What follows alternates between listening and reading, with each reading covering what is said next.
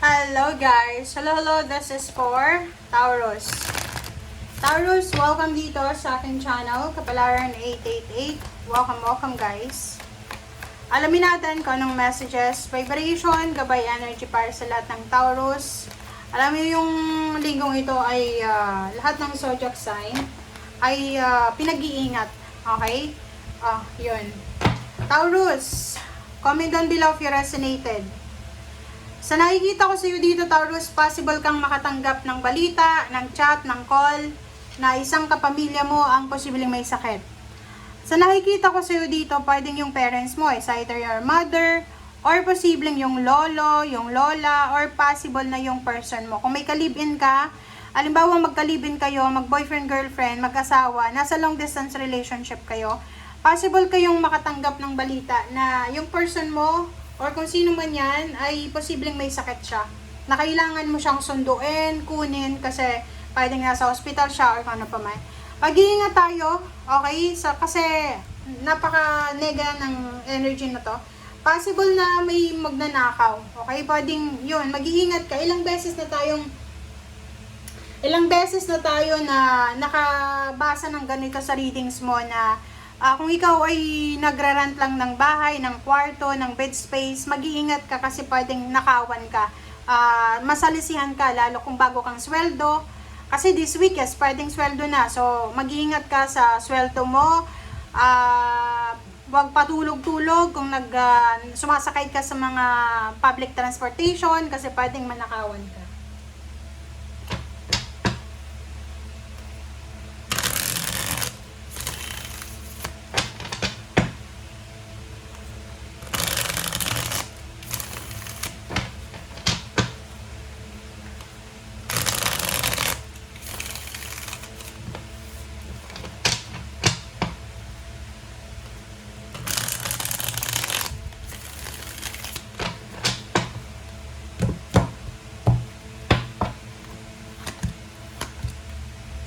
Okay, first two cards natin, the Sun and Five of Cups. So, nakikita ko sa iyo dito,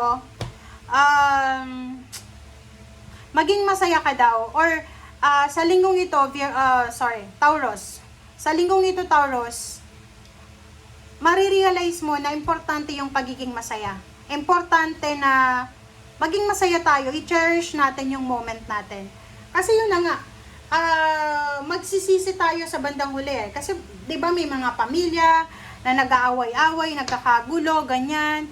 And then, pagdating ng araw, magsisisi sila kasi ilang dekada silang hindi nagbati-bati, magkakapatid, magnanay, magtatay. Tapos, pumunta dang nung burol na, ganyan, ganito. So, sabi ng baraha dito, para hindi ka daw, Taurus, magsisi sa bandang huli, para hindi mo pagsisihan ng lahat, makipag-reconcile ka, makipagbati ka, humingi ka ng tawad kung may kasalanan ka. Okay? And then yun, bumalik ka sa dati. Okay? Para hindi ka magsisi sa bandang huli. Okay, sinasabi ng baraha sa'yo dito, Taurus, na in the near future daw, there's a good news coming regarding sa money. So, pwedeng recognition, awards, rewards, payments, payouts. There's a tagumpay, there's a success na posibleng makukuha mo by the end of the month or by the end of the year. Okay, so sabi ng baraha sa'yo dito, yun, maraming nangyari sa nakaraan, sabihin na natin, marami kang ginawang desisyon na posibleng pagsisisihan mo, lalo na kung ito ay related sa pamilya. Like halimbawa dahil sa pagiging ganito yon, dahil sa sobrang pagmamahal mo sa asawa mo, inaway mo yung magulang mo, yung kapatid mo, ganyan ganito, or dahil sa sobrang pagmamahal mo sa girlfriend mo, kinalimutan mo yung magulang mo, ganyan. So this week marirealize mo, lalo na kung may sakit yung parents mo or may sakit kung sino man, na mali yung ginawa mo. So maiintindihan mo sa linggong ito na importante pala na i-cherish natin yung magagandang pangyayari sa buhay natin. And huwag nating ipagpapalit ang ating pamilya, ang ating magulang sa kung kani-kanino lang. Okay, Nine of Pentacles. Oh wow. So yung iba sa inyo dyan, magse-celebrate kayo kasi pwedeng na-promote kayo sa trabaho, nanalo kayo sa kung ano pa man na patimpalak na yung reward ay pera. There's a celebration kasi nakuha nyo yung financial dreams nyo, ganyan, ganito. And sinasabi ng baraha sa'yo dito na isa din sa rason kung bakit ka magse-celebrate, it's because, Taurus, natapos na yung mga problema financial mo. Okay? May mga nakahangka dati na plano, it's either trabaho, obligations, na posibleng tapos na. So sa ngayon, sa nakikita ko, posibleng tapos na yung mga obligations mo. And moving forward ka na sa pagiging free, sa pagiging masaya, pagiging libre. Libreng-libre ka na. Okay, Chariot. Pwedeng yung plano mo this week ay bumili ng sasakyan. You're planning to travel. You're planning to relocate. Posibleng nagpaplano kang mag-ipon ng pera para sa pagta-travel. You're looking for a location or place na gusto mong lipatan. Trabaho man yan or negosyo yung purpose mo. Naghahanap ka ng posibleng motivation para mag-ipon ka ng pera. So, yun ang nakikita ko sa'yo. And, sinasabi ng baraha, by the month of August, magkakaroon ka ng urge or urgency. Magkakaroon ka ng pakiramdam na excited ka, inspired ka na tahakin kung ano man ang uncertainty na to. Kumbaga, magtitake talaga ng risk para sa pangarap mo. Balita, information, mensahe. Okay, so love life, kung looking for love life ka, or naghahanap ka ng kaibigan, so sinasabi ng baraha sa'yo na posibleng may mag-offer sa'yo ng friendship, collaboration, partnership.